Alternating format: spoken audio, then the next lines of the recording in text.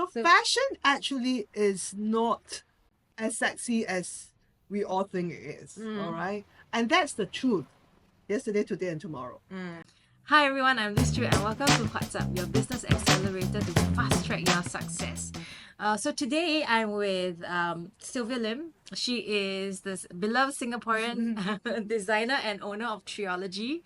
She's best known for her local prints and local storytelling on her clothing. And she has since evolved from clothing to lifestyle and beyond. So thank you, Sylvia, for joining us today, and thank you for sharing, your entrepreneur journey. So I wanted to just ask you, right? What are your different new opportunities, besides clothing?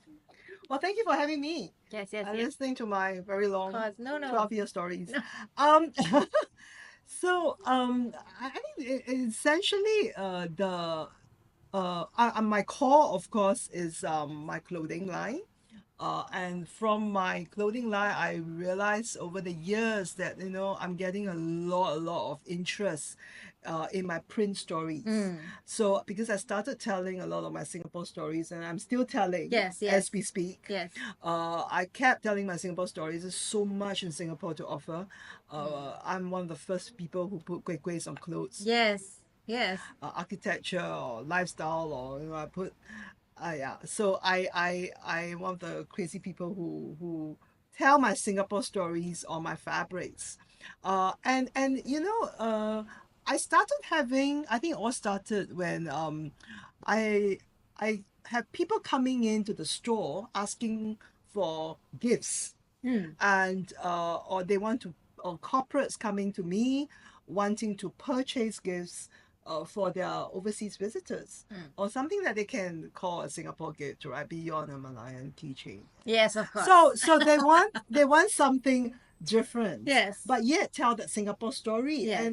And they can also story tell. Yes. And so that was kind of exciting. Yes, of course. And more people. So the people may not come to me only for clothing. Of course, B2C and beyond uniforms, people come to me for gifts. And so that was a good start. Yeah. And of course, COVID was a very good opportunity, because people are coming to me for a different mask. Nice. Right? Yeah. So they want not just your regular mask that comes like 12 in a pack, right? So they want a different mask. They want that mask to be able to tell the story. Remember? Well, people were not really, people were hiding behind, their mouths were hiding behind the mask. So for them to be able to wear a fun mask or a mask that tell a little story would be quite interesting. And I thought, hey, that is potentially quite an exciting thing to do. Makes me a print storyteller first. Yes. And then the cloth, or maybe not cloth, working beyond just cloth. What about telling my stories, the same stories on a tingkat, for example, which is something that is very prevalent in Southeast Asia, for example, or on a coaster, or on a certain item, right? On a certain home product, or a flask, or something like that. So why not, right? And increasingly, and you are going to see,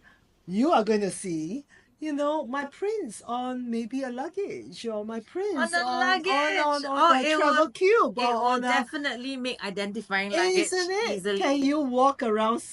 Can you take Singapore with you? Oh, Travel Singapore with you. awesome. Beyond that, even we've been starting to work with like universities and schools and all that. Everybody wants a bit of Singapore. Yes. I've officially and unofficially become a Singapore storyteller. Yes, of course. And you tell the stories now on different mediums, not just clothing. Not just clothing. And it was quite fun. And I think the ultimate must be, we're addressing a hotel in Singapore. Isn't that crazy? Oh my goodness. Awesome. I'm so happy for you. And it was like freaking awesome. It was something way beyond I wouldn't have thought about it 12 years ago, right? When we first started it. Yes. Like, where are we? I'm not even an ID, I'm not an interior designer, but I'm telling the Singapore story, or my Singapore stories, in a building. Yes. In a hotel. And Yeah. that has created so much excitement in me. And that is that something that if you ask me or anybody asks me that keeps me going after 12 years Yeah. are all these little projects, big and small, that keeps me excited. Yeah. Because that's my creative brain going. Yes. So That and I want to do something different. can you just share with us, like, how you started, right? And as a designer and then entrepreneur. And the entrepreneurial journey has never been it's always been quite a lonely one. And it's really about getting the right people, the right mix of people, finding your birds to flock together Okay. Yes. so that it gives each other, support, nuggets of wisdoms and stuff like that to move forward our businesses, right? So 12 years ago, it all started. Three of us, previously ex-colleagues from Tangs. Wow. Three different. Wait, what did you do at Tangs? Well, I was running a brand. I was running in-house brands in Tangs. And one of the brands really is called Island Shop. Okay, yeah. Okay, got it. If you remember Island Shop. Yes, for sure. Well, when I took over, I made it different because that's really me. I'm not quite a maintenance person. I like things. Like I like reinventing. Yeah, I like to reinvent. I like to make things look different. I like to. I'm a rebel, Yes, and clearly. because I'm a rebel, and of course Tanks took a chance on me, and created this new role for me to do a rebranding for Island Shop. It's as though creating your own brand. It's Right. as though running your own brand, but you don't have to pay the bills. I left Tanks for the Fashion Week, Yes. and I was running the Fashion Week for Singapore and for Asia, and Oh, I had no idea you did so many things. I did before. quite a few things. Yeah, yeah. So I have actually always been in the industry. Right. I haven't gone out of the industry. So from fashion education right up to, branding, retail, fashion events, like Fashion Week, and now entrepreneurship, right? Yes. That makes me very fluent in what my industry and Yes, of course. knowing the who's who in the industry and so on. So and so when I left Tanks, a couple of my colleagues were kind of missing me because Of course. I can be quite colorful Yes, of course. in many sense of the word. One of us actually had run a garment factory before. Yeah. Nice. So very fluent in production. Right. And what do you actually need, right? Producing. And somebody who does design, the creator, and somebody who is able to do numbers, right? So with three skill sets, three brains, three people, three stories, hence Triologie was born. Okay. Right. So now that we have to figure out who's going to pay the bills and how are we going to pay the bills. And so if most of the initial funding went to stocks, because without stocks, how are you going Yes, to of ever course. going What to are you gonna start the sell? business, right? Right. What are you going to sell, right? So if the initial investment is actually to stocks, surely, there was an urgency to have retail points, Yes. have selling points, what we Yes. call the POPs, and distribution points, and to quickly get rid of the stocks. Not many people know that the first 6 months since the inception of Triologie, it wasn't sold in Singapore.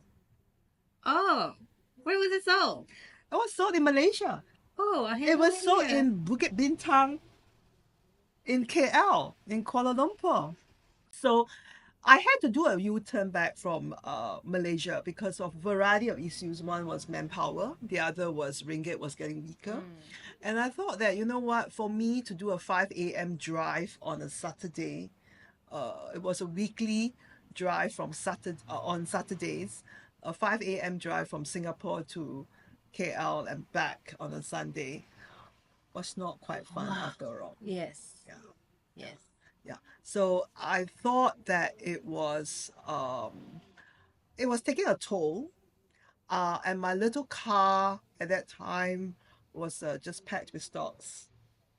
Moving stocks in and out the borders were not exactly the most fun thing.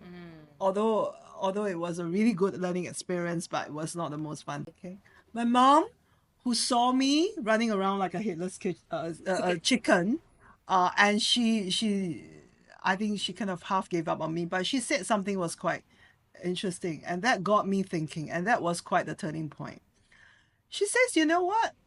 Every week, you would rather get up at 4 o'clock and leave the house at 5 o'clock and go to Malaysia and do your thing and then take stocks and then do all these stuff.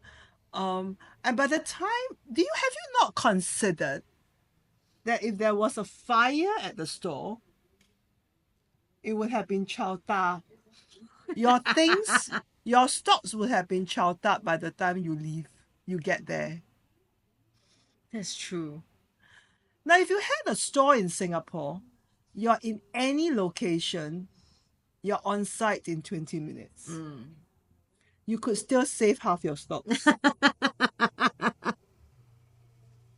I started going to different malls, and I'm actually not quite a mall shopper, but I had to do malls just to check out which stores or which brands are exiting. So when I see a brand having this closing down sale sticker on the whatever, and that's when my antennas will go up, Yes, right? of course. Mm-hmm. And so why Millennium Walk? Many people would ask. It's not like right smack in the middle of Orchard Road. Who would go there, right? And that was precisely very few people went there. That the rent was a lot more affordable. Yes. Because there were Yes. less footfall and less Yes. people patronize that place, and therefore I thought, okay, maybe that would have been a good first store. And that first pop-up that I had turned out to be 6 years Wow. of pop-up. It was 6 years long. Wow. It was a long pop. But I built a lot of I built my customer base from there too, you know. So this one lasted 6 years, but at the same time, I want to ask, like, how did it evolve into the super colorful and super, super hyper local? Your items are very local. So actually, obviously for a start, the first couple of seasons, the first season was still a trial season, so I had to pump in some, boring colors. Now that I look at it, right, I had to deal with blacks and I had to deal with those neutral colors that most people would we thought that most people would buy. And then in the retail, we have what we call the dogs and the cows, right? So dogs are things at the windows, yeah, to attract customers, to get your eyeballs, get your attention, get people's attention to come to the store. Okay. And the cows are cash cows. Right, Yeah, right. yeah, Okay, yeah, okay. Yeah, yeah. okay. Got So it. it's a 80-20 rule. We have that Right, in okay. retail. Got it. Yeah. So obviously there were a lot of the 80% was actually the things that we thought we would sell, like your blacks and your plain solid color stuff and your neutral color things, right? Less of the print. And we only introduced like one print in the entire year, right? It wasn't quite local per se. It was a wanderlust story. That's what Triologie is about. And also, it just goes into different places. I get inspired by different places that I go to, and I traveled, and also the different fashion eras. So the key fashion eras are your 20s, your 30s, your 50s, maybe your 60s or 70s or 80s. So these were the fashion eras that are very prominent, right, in the world of fashion. So I was looking at those silhouettes. I was looking at some of the colors that they use, the palette that they use, the fabrics that they use. But what's consistent has always been my natural fabrics, my cotton my 100% cotton fabrics that I use. Italian cotton. Italian Right? cotton. Italian Yeah. cotton. I think that's really the main, the first motivation, if anything, to want to start my own brand. And that's because in the world of fast fashion, where a majority are, polyesters Right. or polyesters, very polyester heavy blends, uh, and that's the world of fashion, and that's how they keep the price that the affordable price that they do, right?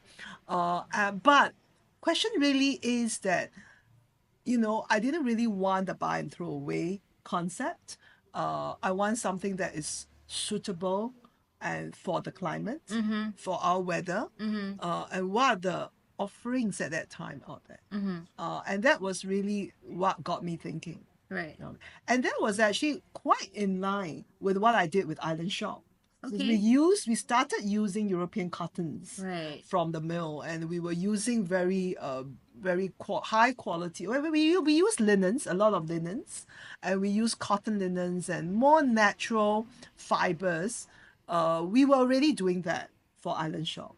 Yeah. So Triologie was like, in a way, a continuation Right. of that thought, right? Right. And also because it is, at the end of the day, why are we wearing plastics, walking around in the heat, where we could do with something more and gentler and more breathable of our skin, right? Yes, that's true. So that was what I really wanted to do. For my own brand, should I have my own brand?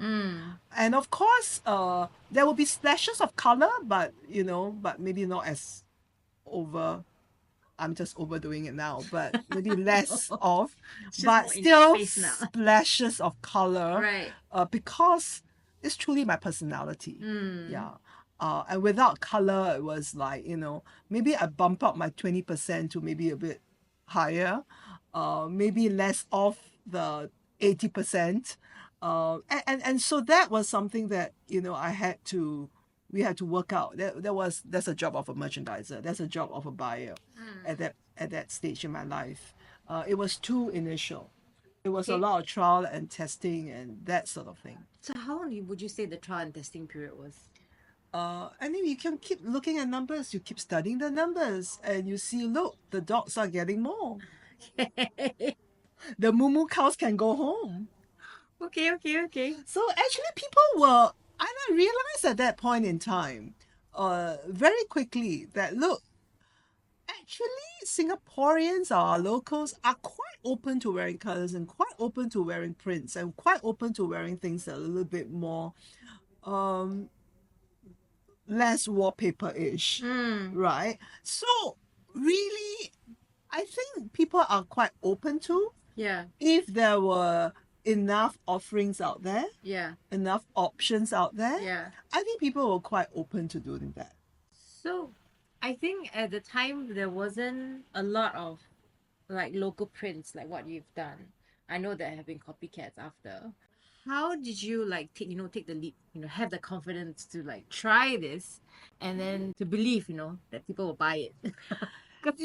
And the other thing that you may not know about me is actually I'm a textile Yes. design trained. Yes. And I went to school for that.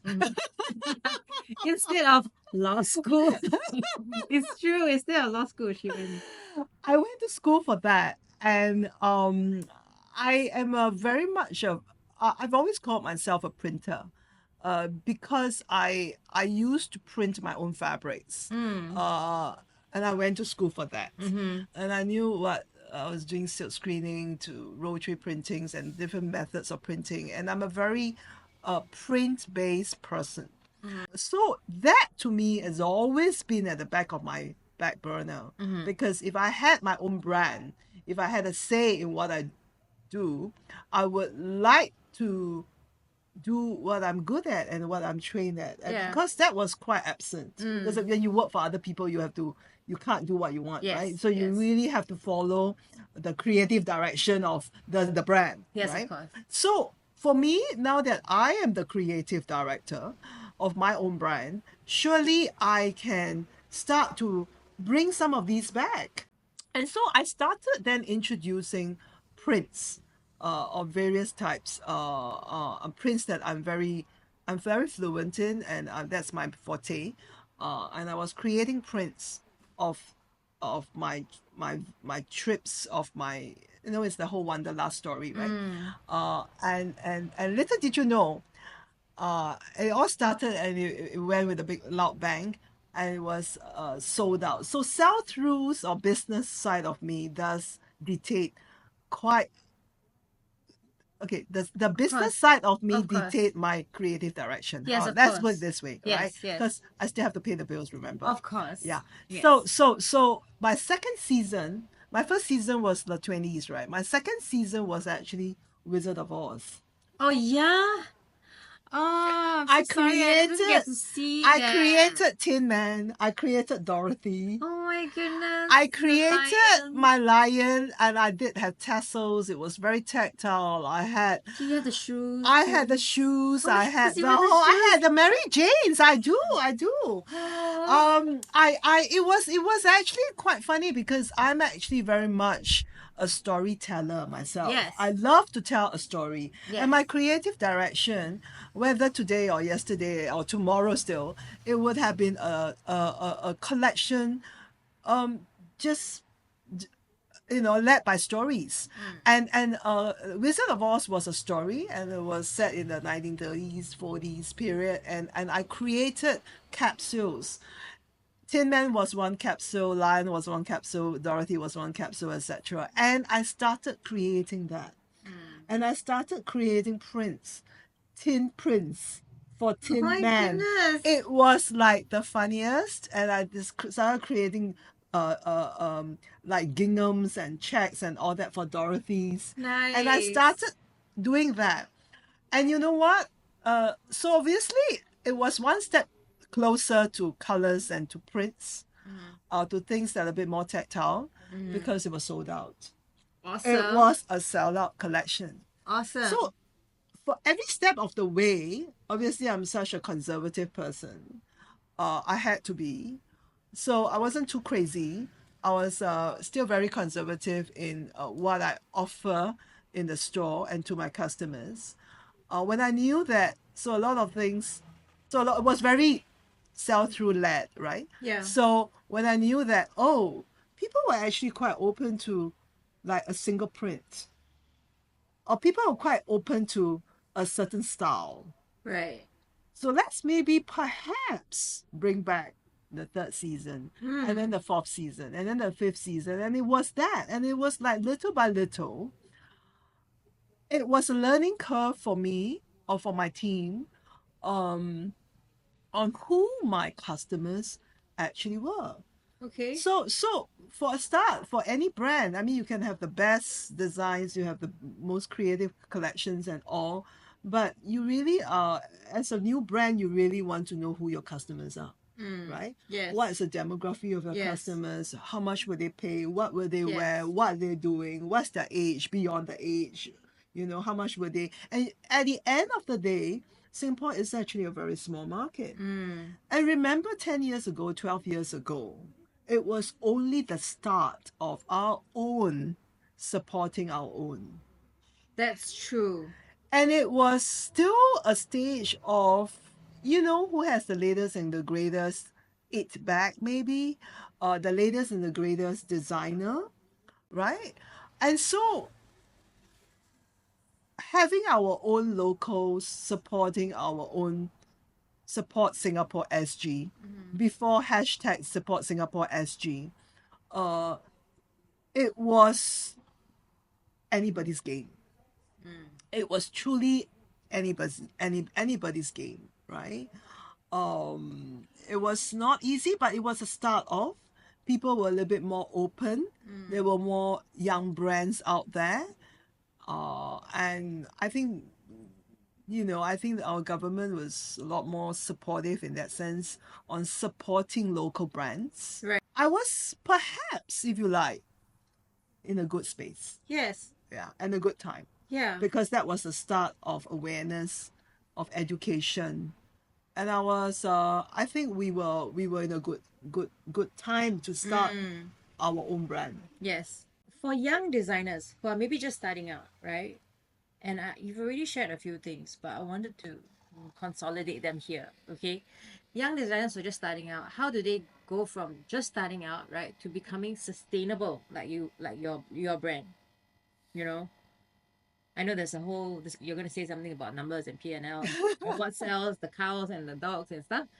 But is there anything else which you found that was crucial, in your survival and your thriving? I think to begin with, you I don't single out as only the fashion business, but I think in most startups or all startups, if anything, I think it's your level of perseverance. Mm. Yeah, it's an attitude. It's truly an attitude because I've seen brands come and go. Yes, of course. Some do not go beyond the second season Yeah. or third season. Right.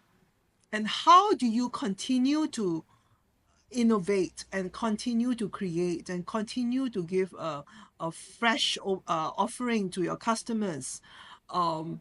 Continue to do that, right? And continue to be consistent. Yeah. How do you keep that consistency? It's actually everybody's challenge, you know. For me, it's really about start small, start conservative, Mm-hmm. and I really had to do a lot of trial, a lot of testing, and continue to persevere, right? I think one thing we often take for granted is customer loyalty. Right. I do not take that for granted. Right. If you're selling t-shirts and somebody's selling t-shirts, somebody's t-shirt is going to be cheaper than yours, Yes. right? So I have very quickly decided that I will not, I would not, I must not compete in terms of price points. Mm-hmm. I learned very quickly in the game that it has to be a unique proposition. Yes. And I have to find myself. Right. I have to find my own story. How how how did you go about um becoming confident enough to own your voice, to come up with the DNA that you wanted and then owning it? It is very actually, when I speak about perseverance, it's really about, if people are coming to do business, whether being a retailer or as a designer or owning your own brand or whatever it is, and they expect to see results tomorrow, I would say good luck to you. Okay, perseverance means patience. Yes. Now you need to have that.